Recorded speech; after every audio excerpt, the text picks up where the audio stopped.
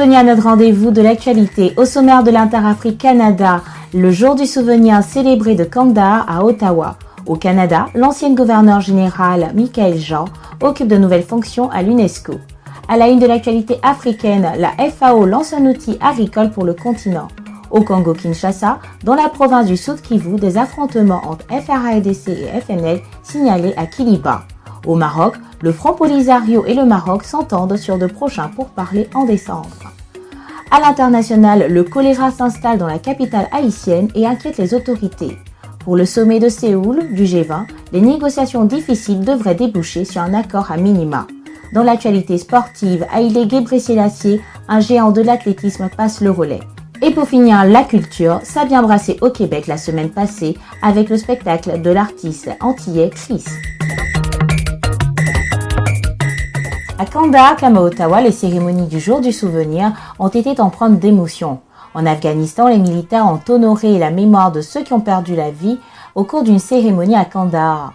Des dizaines de milliers de personnes se sont rassemblées jeudi 11 novembre autour du monument commémoratif de la guerre du Canada à Ottawa pour marquer le jour du souvenir. Le gouverneur général David Johnston a présidé ces premières célébrations. Le Premier ministre Stephen Harper, se trouvant en Corée du Sud à l'occasion du sommet du G20, a déposé une couronne de fleurs sur le monument commémoratif de la guerre de Corée en hommage aux soldats canadiens qui ont perdu la vie. Toujours au Canada, l'ancienne gouverneure générale du Canada, Michaëlle Jean, est entrée officiellement le lundi 8 novembre dans ses nouvelles fonctions à l'UNESCO. La directrice générale de l'organisation, Irina Bokova, l'a nommée envoyée spéciale pour Haïti au cours d'une cérémonie qui s'est tenue au siège de l'UNESCO à Paris. Cette désignation lui est attribuée en reconnaissance de son implication pour son pays d'origine, qui peine toujours à se relever du séisme de janvier. De par ses responsabilités, Michaëlle Jean entend profiter des 4 années de son mandat pour promouvoir les objectifs de l'UNESCO par des projets liés à l'éducation, la culture, les sciences et les médias. Elle caresse aussi le désir de contribuer à faire en sorte que le pays où elle est née parvienne un jour à la hauteur de ses aspirations. Le Canada appuiera le développement économique et social en Afrique en versant 325 millions de dollars de 2011 à 2013 au Fonds africain de développement. Notons que pour le Premier ministre canadien, M. Stephen Harper, cette aide au développement en Afrique est une priorité perpétuelle pour le Canada. Le nouveau financement canadien constitue une hausse de 8% par rapport à sa contribution précédente. Des citoyens congolais poursuivent une compagnie minière canadienne. M. Alfred Lukanda, au nom d'une association représentant des citoyens congolais, a déposé lundi 8 novembre à Montréal une requête pour intenter un recours collectif contre la compagnie minière canadienne Anvil Mining Limited qui aurait, selon eux, offert un soutien logistique tel que des avions, des camions, des chauffeurs pour aider l'armée congolaise à réprimer un soulèvement dans la cité portuaire de Kilwa en 2004. Nous recevons à cet effet M. Alfred Lukanda pour nous éclairer sur cette cause. Oui, merci beaucoup Madame Ingrid pour l'invitation. Je crois que je voudrais commencer par souligner l'intérêt de l'affaire, surtout pour les Congolais dans leur ensemble. Donc, il s'agit des crimes qui ont été commis au Congo et nous vivons dans un système, dans un pays où l'impunité règne en maître. Donc, des gens commettent des crimes les plus graves, les crimes de guerre, les crimes contre l'humanité et jamais ils n'ont été poursuivis. Personne n'a jamais été poursuivi. Il suffit de regarder les 15 dernières années. Il y a eu beaucoup de crimes qui ont été commis, mais personne n'a jamais été poursuivi. Étant donné qu'on n'a pas eu gain de cause au Congo, pour des raisons d'immixtion politique, il fallait chercher comment rendre justice aux victimes en dehors du Congo, parce qu'il y a eu déni de justice. Et donc, étant donné qu'on a épuisé presque le voie de recours interne, il fallait commencer à explorer d'autres pistes. Et la piste qui se présentait, c'est la justice canadienne. Pourquoi ? Pour plusieurs raisons. La principale, c'est que la compagnie qui a apporté l'appui logistique, il ne s'agit pas des véhicules qui ont été réquisitionnés, ça c'est une explication qui est venue après coup.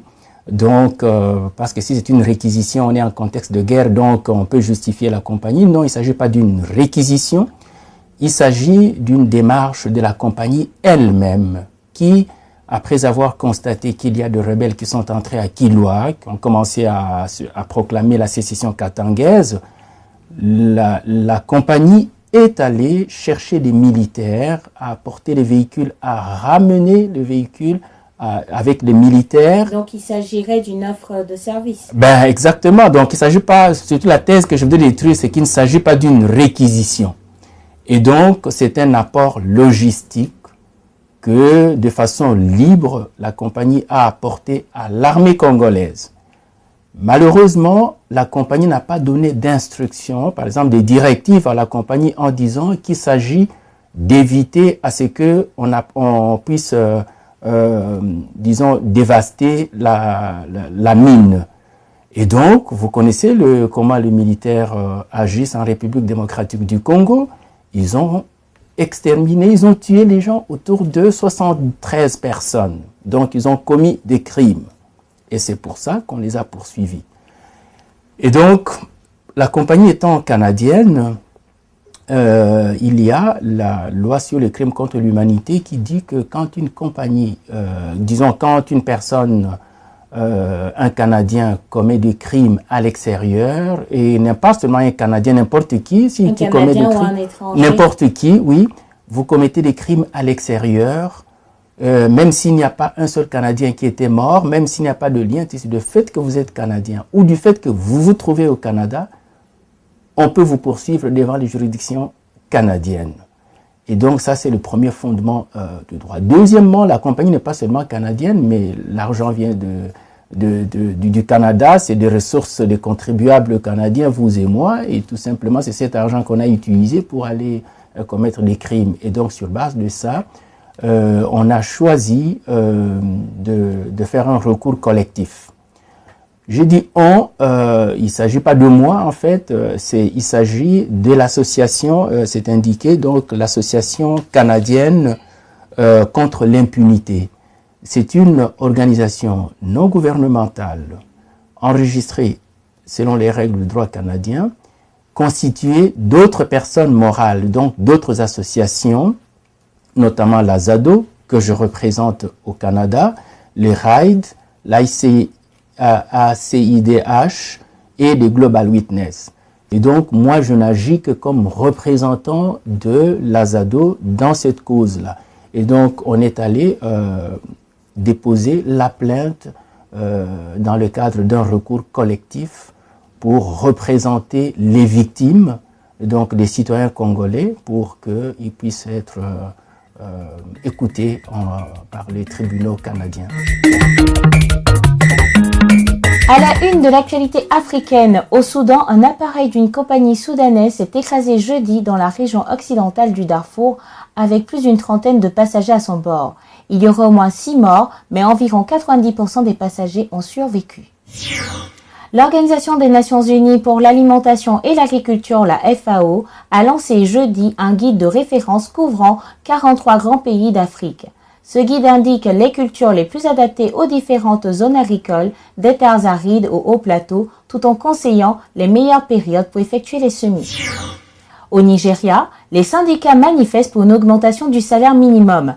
Plusieurs syndicats ont défilé dans les rues du Nigeria mercredi pour dénoncer un salaire minimum qui atteint à peine $50 par mois. La grève visait à faire pression sur le gouvernement pour qu'il respecte sa promesse de porter à $150 par mois le salaire minimum, même si les syndicats sont d'avis que ce nouveau salaire sera insuffisant pour permettre à une famille de survivre dans une grande ville comme Lagos, où l'inflation ne cesse de gruger le pouvoir d'achat. Au Congo-Kinshasa, les éléments des forces armées de la RDC se sont affrontés le lundi 8 novembre avec les combattants burundais du FNL à Kiliba, une localité située près de la cité d'Uvira dans la province du Sud-Kivu. Cette attaque a provoqué une longue file d'attente de femmes et d'enfants qui se sont dirigés le même jour dans la soirée vers la cité d'Uvira en provenance de Kiliba. Les travaux de la 3e réunion informelle entre le Front Polisario et le Maroc ont pris fin mardi soir à Manhasset près de New York. Le seul point positif de cette rencontre est indéniablement l'entente sur la reprise des visites familiales et la tenue de 2 autres réunions informelles en décembre prochain et janvier 2011.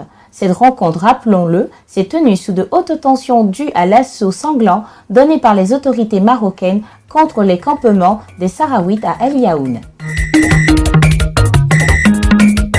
Actualité internationale, les dirigeants du G20 réunis au sommet à Séoul se sont orientés vendredi vers la conclusion d'un accord limité permettant de réduire les tensions, notamment entre les États-Unis et la Chine, sur l'échange et les déséquilibres économiques. Les progrès des discussions sont très encourageants, a déclaré un haut responsable américain à la presse à quelques heures de la clôture de la réunion. En Haïti, l'épidémie de choléra qui sévit a fait 724 morts, dont 4 à Port-au-Prince, tandis que 11 000 malades ont été hospitalisés, a annoncé le ministère haïtien de la Santé. Actualité sportive, plusieurs mois après la CAN qui s'est tenue en Angola, la Fédération internationale de football a décidé de dédommager à hauteur de 100 000 $, soit environ 50 millions de francs CFA, le gardien de but de l'équipe du Togo, Kodjovi Obilale, grièvement blessé par balle dans l'enclave de Cabinda. En rappel, le bus des éperviers avait été attaqué par des éléments du Front de libération de l'enclave de Cabinda le vendredi 8 janvier 2010 passé, alors que ces derniers se rendaient par la route à Cabinda en Angola, où avec les autres équipes de leur poule, dont le Burkina Faso, ils devaient disputer des matchs de groupe de la Coupe d'Afrique des Nations. L'athlète éthiopien au palmarès exceptionnel, Haïlé Gebrselassie, âgé de 37 ans et détenteur du record du monde du marathon, a annoncé la fin de sa carrière après son abandon à New York dimanche. Engagé dans le marathon de cette ville, il a dû abandonner à cause d'une blessure au genou au 25e kilomètre. C'est son compatriote de 26 ans, Gebre Mariam, qui remporte l'épreuve. Tout porte à croire que Haïlé Gebrselassie ne courra pas lors des Jeux Olympiques de Londres.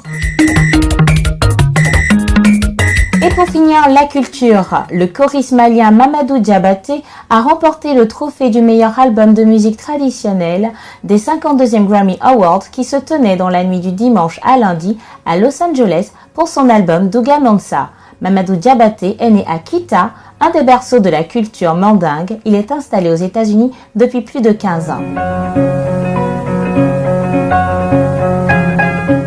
Invité par Passa Passa Productions, l'artiste antillais Christ a donné le samedi 6 novembre dernier à l'Opéra de Québec un spectacle rythmé qui a tenu toutes ses promesses.